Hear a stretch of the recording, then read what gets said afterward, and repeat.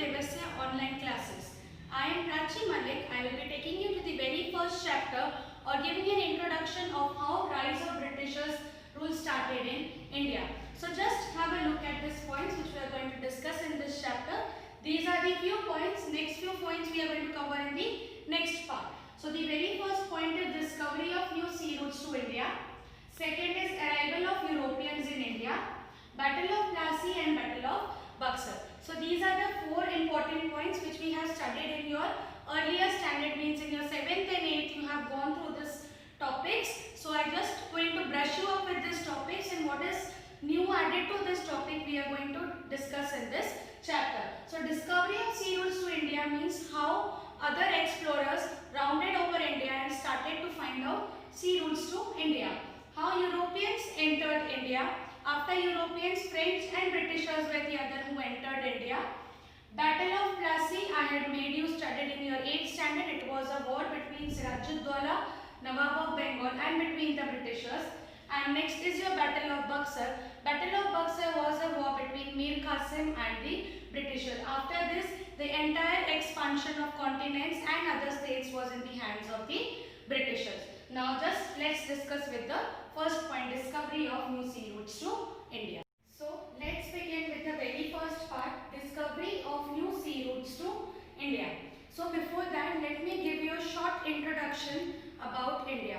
Since ancient time, India is having an incomparable position in the whole world to the economic, cultural and religious inheritance. So India की जो position है, they are enjoying their position because of economic, cultural and religious inheritance which we are getting it from our heritage people, from our hereditary. So India is known for its spices, muslin cloth, indigo, etc.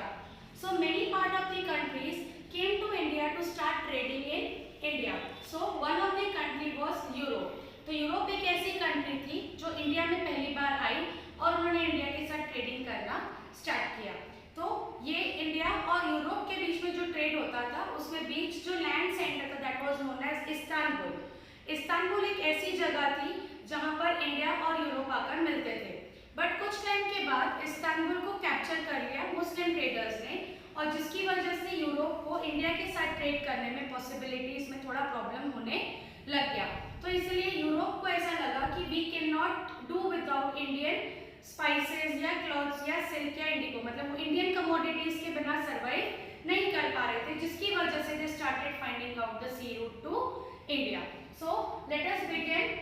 Portuguese king Prince Henry began efforts to discover new sea routes to India. So he was the first person from Portuguese whose name was King Prince Henry.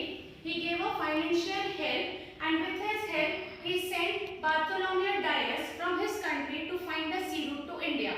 So instead of finding sea route to India, he found out Cape of Good Hope. मतलब उसे पैसे दिए गए कि तू जा और India के लिए न्यू रूट ढूंढ, पर उसने केप ऑफ गुड होप को सर्च किया. उसके बाद थे हमारे क्रिस्टोफर कोलंबस. क्रिस्टोफर कोलंबस को भेजने के लिए किंग ऑफ स्पेन ने हेल्प की थी and he went and he find out a new sea, he founded a new island. Okay, उसने एक आइलैंड फॉर्म कर लिया, उसका नाम था वेस्ट इंडीज. और जब उसने ये आइलैंड को फॉर्म किया तब उसे ऐसा लगता था, he was in a misconception, वो ऐसा बिलीव करता था कि he had found a new sea route to India, but no, he has actually found a island which is presently known as West Indies. Their next person was Amerigo Vespucci. Amerigo Vespucci was another person who cleared out his doubt और उन्होंने बताया कि वो West Indies है, but उसके साथ जो land उन्होंने फाउंड आउट किया है, जो आइलैंड था दैट वाज वेस्ट इंडीज, और जो लैंड उन्होंने फाउंड आउट किया था that is known as America. उसे अमेरिका इसलिए कहा जाता है because it was founded by Amerigo Vespucci. तो ये इनके नाम पर अमेरिका का नाम रखा गया है. Then next explorer was Vasco da Gama. He was a Portuguese explorer. So he was the last person who found out the new sea route to India in the year 1498 AD. When he entered Calicut, जब वो Bay of Bengal के through enter हुए India में, then he met King Zamorin. At that time, Calcutta was being ruled by King Zamorin. उन्होंने उनको welcome किया और उनसे बातचीत की और इसी के दौरान वास्को ड गामा के थ्रू पोर्चुगीज ने इंडिया के साथ बिजनेस और ट्रेडिंग स्टार्ट कर दी. And because of this was a very great important event of history which opened the doors for the other European countries. मतलब वास्को ड गामा की entry was for Portuguese dealing, but उसके साथ ही world में एक सबसे बड़ा event था जहां पर पोर्चुगीज के साथ बाकी सारी कंट्रीज को भी डोर्स ओपन हो गए ताकि वो इंडिया में आ सके और ट्रेडिंग कर सके. So the next part of the chapter is arrival of Europeans to India. So as we have discussed earlier, Portuguese के आने के बाद Europeans तो पहले से ही interested थे, तो ये second part है. So when Portuguese came to India, 100 years के अंदर within a span of 100 years, they captured Diu, Daman, Goa, Kochi and Malacca. तो ये सारी territories के ऊपर उन्होंने capture कर लिया. And as the other countries see कि किस तरीके से Portuguese were having success in trade with India, तो उनको देखकर Dutch from Holland and Danish from Denmark, they came to India and they started trading in India. तो मतलब Portuguese के साथ साथ Dutch और Danish को भी एंट्री इंडिया में मिल चुकी थी. और जैसे इनको एंट्री मिली उन्हें देखकर 1600 AD, ओके, ये ईयर्स तुम्हें याद रखने हैं.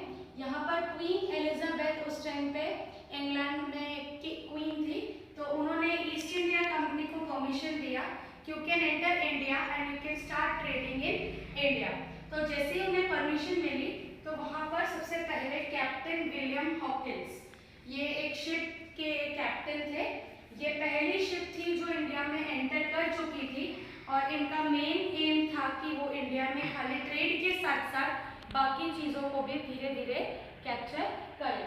तो जैसे ही उन्हें क्वीन एलिजाबेथ से परमिशन मिली, उनके साथ कैप्टन विलियम हॉकिंस के साथ काफ़ी सारे ब्रिटिशर्स थे जो इंडिया में आए. उन्होंने अपनी लैंडिंग करवाई, बट उस टाइम पर प्रॉब्लम ये हो चुकी थी कि पोर्चुगीज़ का बहुत ज़्यादा डोमिनेंस था. Portuguese way very powerful at that time, तो इसीलिए इनकी जो शिप थी वो वापस उन्हें ले जानी पड़ी. उसका रीज़न ये था कि Portuguese way ruling at that time. तो उसके बाद वापस से उन्होंने ट्राई किया और तब जाकर उन्हें यहाँ पर मैं एक चीज़ लिखना भूल चुकी थी, जहाँ पर जहांगीर, ओके, किंग जहांगीर से इन्होंने परमिशन ली और ये लोगों ने फर्स्ट ट्रेड सेंटर सेटअप किया सूरत में इन द ईयर 1630 AD. मतलब ये पूरा 1600 से 1630, मतलब समझ जाइए आपकी 13 ईयर्स तक इन्होंने स्ट्रगल किया. शिप लेकर आए, शिप लेकर आने के बाद काफ़ी साल तक ट्रेडिंग करते रहे, बट इन्होंने कभी सेंटर सेटअप नहीं किया. इनकी कोशिश थी कि हम ट्रेडिंग तो कर ही रहे थे, बट उनकी मेन एम क्या थी या मेन गोल क्या था, टू सेटअप अ सेंटर. तो जब उन्होंने किंग जहांगीर से परमिशन ले ली तो उन्होंने फर्स्ट ट्रेड सेंटर सूरत में सेटअप किया, कोठा में, इन 1613 AD. और उसके बाद धीरे धीरे उन्होंने अहमदाबाद, बारूच और बड़ौदा में ट्रेडिंग करना स्टार्ट कर दिया. फिर उसके बाद दे सेटअप इन आंध्र प्रदेश, चेन्नई, कोलकाता और मुंबई उनका हेडक्वार्टर बन गई इन द ईयर 1678. इन्होंने सूरत से स्टार्ट किया. अब ये चाहते थे कि हम ये सारी टेरिटरीज मतलब जो पोर्चुगीज के अंडर थी वहाँ पर रूल करें, बट उस वक्त सबसे बड़ी प्रॉब्लम ये थी कि ये जो मुंबई वाला रीजन है ना, यहाँ पर सारे महाराष्ट्रियंस थे और सारे मराठा राजा थे जिनका पावर बहुत ज़्यादा था. तो इसलिए इन्होंने वेस्ट साइड मूव ना होते हुए ये साउथ में चले गए, जहाँ पर उन्होंने आंध्र प्रदेश, चेन्नई और कोलकाता के ऊपर उन्होंने सेटअप किया. और जैसे जैसे यहाँ पर सेटअप करने के बाद वो पावरफुल हो गए, तो उन्होंने स्लोली एंड ग्रेजुअली मुंबई को अपना हेडक्वार्टर बना दिया इन ईयर 1678. फिर उसके बाद ये सारी चीज़ें हो जाने के बाद फिर फ्रेंच की एंट्री हुई थी इन द ईयर 1668. इसी दौरान मतलब 10 साल के अंदर अंदर फ्रेंच भी इंडिया में आए, क्योंकि उन्होंने देखा पोर्चुगीज किस तरीके से आ रहे हैं, डच और डेनिश किस तरीके से आ रहे हैं, किस तरीके से ब्रिटिशर्स आए, तो फ्रेंच भी they were the tough competitors for the Britishers. तो दे अराइव्ड इन 1668 और उन्होंने भी 3 जगह पर सेटअप किया था. एक था माहे, कराईकल और दूसरा था पौंडीचेरी. पौंडीचेरी का पहले नाम था Puducherry, but now it is said as Pondicherry, तो इसलिए मैंने यहाँ पर पौंडीचेरी लिखा है. ये यहाँ पर सेटअप हो जाने के बाद उस दौरान पोर्चुगीज और डच तो कम्प्लीटली वैनिश हो चुके थे, पूरा सब कुछ उनके हाथ से निकल गया था और वो चले जा चुके थे. फिर जब फ्रेंच आया तो ब्रिटिशर्स उनका कंपटीशन फेस कर नहीं पा रहे थे और फ्रेंच भी बहुत ज़्यादा टफ थी और ब्रिटिशर्स भी बहुत। तो उनके बीच में 1746 और 1763 के बीच में 3 कर्नाटक वॉर्स हुए जिसमें ब्रिटिशर्स जीत गई। और उस वक्त फ्रेंच के पास खाली क्या बचा था?